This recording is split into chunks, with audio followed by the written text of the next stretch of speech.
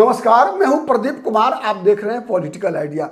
Political idea के आज के इस अंक में आप सभी दर्शकों का बहुत बहुत स्वागत है। मित्रों, बिहार में जो चुनाव का प्रथम चरण है उसके लिए जो नामांकन की प्रक्रिया है कल समाप्त हो जाएगी। मात्र अब कह सकते हैं आप कि 24 घंटे का समय बचा। 24 घंटा नहीं बल्कि आज का कुछ समय और कल बचा हुआ है। लेकिन अब तक महागठबंधन के अंदर सीट शेयरिंग के मामले में स्थिति स्पष्ट नहीं है। अंदर खाने बहुत सारी बातें चल रही है, लेकिन अभी भी कह सकते हैं कि 20% जो है असमंजस बचा हुआ है। कई सीटों के ऊपर अब तक रार बना हुआ है कि कौन लड़ेगा। राजद लड़ेगी, वीआईपी लड़ेगी, कांग्रेस लड़ेगी। मतलब एक अनार्की, अराजकता की स्थिति है। अराजकता मतलब जिसको जहां मन हो रहा है। मुकेश सहनी अपना सिंबल बांट रहे हैं। सीपीआई, सीपीएम, सीपीआई-एमएल ने देरी होने का बहाना लगाकर अपना सिंबल सब उम्मीदवार को बांट दिया। नामांकन भी हो रहा है, आरजेडी के लोग भी नामांकन कर रहे हैं। अब रात में कांग्रेस पार्टी ने भी अपने 22 उम्मीदवार की घोषणा की है। और कई इन लिस्ट के अलावे भी जो सूचना आ रही है उसके अनुसार कांग्रेस पार्टी ने इस लिस्ट के अलावे भी कई और लोगों को, कई और उम्मीदवारों को सिंबल दे दिया है और कहा है कि 16 तारीख को जाके नामांकन कर दीजिए। कई लोग 16 को करेंगे आज, कई लोग कल करेंगे अंतिम दिन। तो सवाल यह उठ रहा है कि ऐसी परिस्थिति पैदा क्यों हो रही है? क्यों नहीं मामला सुलझ रहा है? क्यों कुछ सीटें इतना महत्वपूर्ण बन गया है? क्यों बन गया कुछ सीट इतना महत्वपूर्ण जहां एक तरह से लड़ाई मूंछ की हो गई है? तो इस बात माने क्यों ऐसा हो रहा है कि लोग पहले लड़ने से पहले, मतलब चुनाव लड़ने से पहले, चुनाव भी तो एक युद्ध है, दोनों गठबंधन के बीच सीधी लड़ाई है, तो लड़ाई से पहले ही परिणाम में हिस्सेदारी की जो प्लानिंग बन रही है ना, यह सबसे बड़ा फैक्टर है। मतलब सबसे बड़ा फैक्टर यह बन गया है कि चुनाव लड़ें, किसके उम्मीदवार कहां से जीत सकते हैं, इसके लिए विचार होना चाहिए। नहीं, उस पर विचार नहीं हो रहा है। विचार इस पर हो रहा है कि किसके कितने एमएलए जीत कर आएंगे और जहां जीतने की ज्यादा संभावना है उन सीटों के लिए मारामारी है। क्योंकि पिछली बार का अनुभव कांग्रेस का क्या रहा? पिछली बार का अनुभव रहा कांग्रेस का कि कांग्रेस पार्टी को ऐसी सीटें थमा दी गई जिन सीटों पर एनडीए मजबूत थी, भारतीय जनता पार्टी ज्यादा मजबूत थी, जनता दल यूनाइटेड ज्यादा मजबूत थी। अब अनुमान लगाइए कि जिस प्रकार से मैंने कहा है कई बार कि सुपौल विधानसभा सीट है, क्या वहां विजेंद्र यादव को हराया जा सकता है? जब से विजेंद्र यादव चुनाव माने 90 से आज तक विजेंद्र बाबू चुनाव नहीं हारे। क्या गया शहर से प्रेम कुमार को हराया जा सकता है? तो मैंने ऐसी सीटें एक तरफा पिछले चुनाव में कांग्रेस को सौंप दी गई थी। तो इस बार कांग्रेस पार्टी सजग है। इस बार कांग्रेस पार्टी उन सीटों का फैसला करवाने के लिए अड़ी हुई है। साथ ही यह डर मुकेश सहनी को भी है कि कहीं ऐसा तो नहीं कि जो सीट एकदम सबसे कमजोर सीट है वही सीट मुकेश सहनी को दे दिया जाए। यह डर है। तीसरा डर क्या है? वामपंथी दलों को, सीपीआई को, सीपीएम को, सीपीआई-एमएल को, उसको भी यही डर है। सीपीआई-एमएल को ज्यादा डर है। ज्यादा डर किस बात से है? सीट के मामले में तो है ही, सीट से ज्यादा इसलिए कि मैं बताऊं आपको, जिन इलाकों में सीपीआई-एमएल चुनाव जीता करता है वहां पर सीपीआई-एमएल के होने से महागठबंधन को ज्यादा फायदा मिलता है तुलनात्मक रूप से कि सीपीआई-एमएल को फायदा मिले। तो यह सच्चाई है। लेकिन फिर भी सीपीआई-एमएल को एक बात का डर है, इसीलिए वो सीपीआई-एमएल नहीं चाहती कि जहां जहां सीपीआई-एमएल का आधार है, जिन इलाकों में सीपीआई-एमएल मजबूत है, उन इलाकों में कांग्रेस को कोई स्पेस मिले। इसकी भी लड़ाई है। केवल सीपीआई-एमएल ही नहीं बल्कि सीपीआई और सीपीएम भी। इसी कारण आप देख रहे हैं कि बछवाड़ा विधानसभा सीट पर एकदम मूंछ की लड़ाई चल रही है। बछवाड़ा में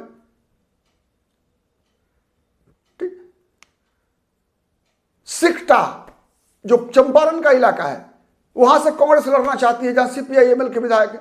तो ये चीजें, कुछ सीट ऐसी है जहां पर कि मूंछ की लड़ाई बन गई है, और उसके पीछे, मूंछ की लड़ाई के पीछे कांग्रेस की नई राजनीति है।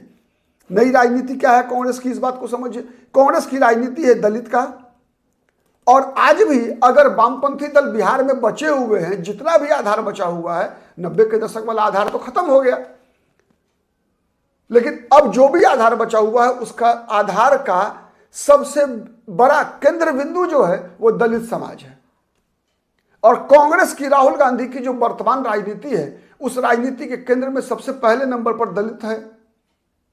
तो वामपंथी दल को लगता यह है कि अगर उनके इलाके में, बेगूसराय में, वामपंथ अब कहां बचा है? बेगूसराय में बचा है, समस्तीपुर में बचा है शाहाबाद में, जिन इलाकों में रणवीर सेना हुआ करती थी, इन्हीं इलाकों में बचा है ना, जहां पर कि कहा जाता है कि इन पार्टियों का जन्म कैसे हुआ? भूस्वामियों के विरुद्ध लड़कर हुआ है। बिहार में अगर मैं बात करूं, यहां haves and have nots, Karl Marx की परिभाषाएं नहीं चलती। यहां पर लेनिनवाद केवल किताब में है, ठीक है। यहां पर सीधा है कि जहां जहां भूमिपति थे, उनके खिलाफ जो मजदूरों का संघर्ष खड़ा हुआ, उस संघर्ष को सीपीआई एमएल ने नेतृत्व दिया, तो जनता की आवाज बने।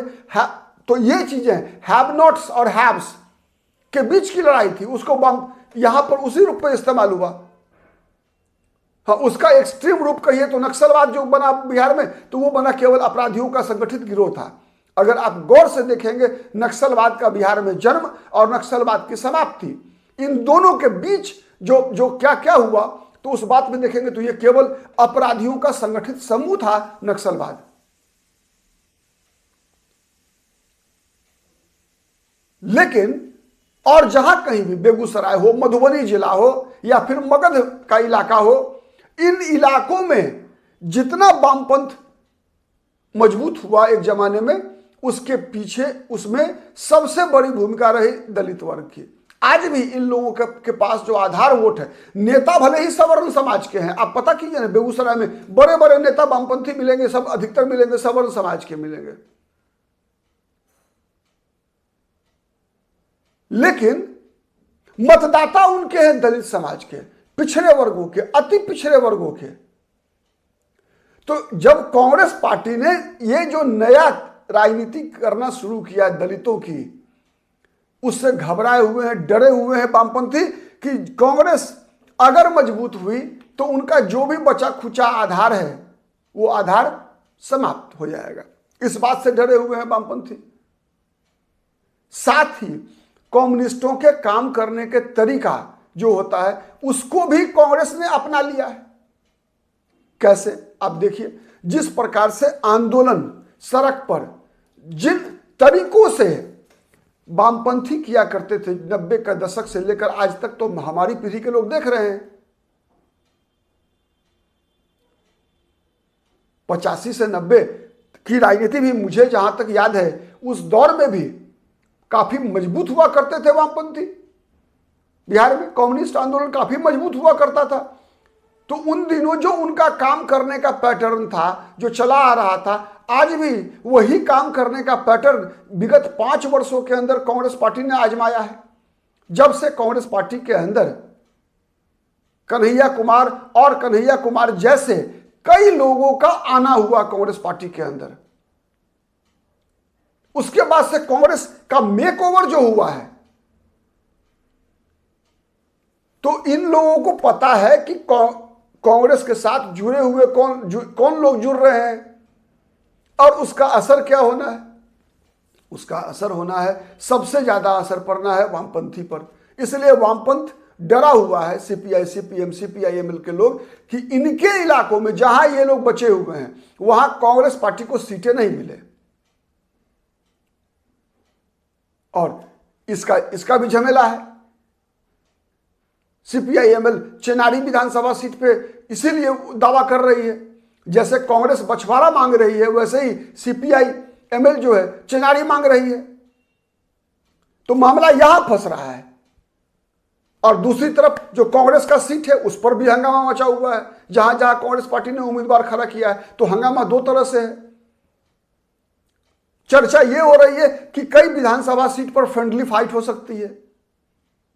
यह संकेत कम्युनिस्ट पार्टियों ने दिया है कि फ्रेंडली फाइट होगा कुछ सीटों पर। दूसरा, कांग्रेस के अंदर भी कई उम्मीदवारों पर एक प्रकार से आप कह सकते हैं कि विवाद खड़ा हो गया है। विक्रम विधानसभा सीट में जिस प्रकार से बीजेपी से आए हुए अनिल कुमार को टिकट दिया गया है उससे नाराज है कांग्रेस पार्टी के लोग। वहां कांग्रेस के लोगों को लगता है कि जिन लोगों ने कांग्रेस पार्टी को वहां बचा के रखा है विक्रम में, ऐसे लोगों को टिकट क्यों नहीं मिलता, बाहर से लाकर कांग्रेस पार्टी टिकट दे देती है। तो जब बुरे दिनों में जिन लोगों ने कांग्रेस का साथ दिया उसके बदले आप बाहर से लाकर उम्मीदवार अच्छे दिनों में लड़ा देते हैं, तो इस बात का विरोध किस प्रकार हुआ आपने देखा। जिस प्रकार से नरकटियागंज विधानसभा सीट पर कांग्रेस द्वारा घोषित किए गए उम्मीदवार के नाम पर वहां भी विरोध चल रहा है। तो अब इसका परिणाम क्या होगा आने वाले दिन में दिखेगा। लेकिन एक बात तय है कि महागठबंधन में सब कुछ अच्छा नहीं है। ये लोग पहले ही चुनाव लड़ने से पहले ही चुनाव के परिणाम का आकलन कर रहे हैं। ठीक है, तो इसीलिए तो कहावत है कि एक बिहार में, ठीक है, कि पुत्र रहल पेट में और बाप रहल पेट में और पुत्र गेल गया। कहने का मतलब है कि मतलब जिस चीज का जन्म ही नहीं हुआ है, जीत मिली नहीं और जीत के बाद हिस्सेदारी की कल्पना से ग्रसित पूरा महागठबंधन इस प्रकार की स्थिति से परेशान हो रहा है। अब इसका परिणाम क्या होता है चुनाव पर आने वाले दिन में दिखेगा। इस वीडियो में इतना ही।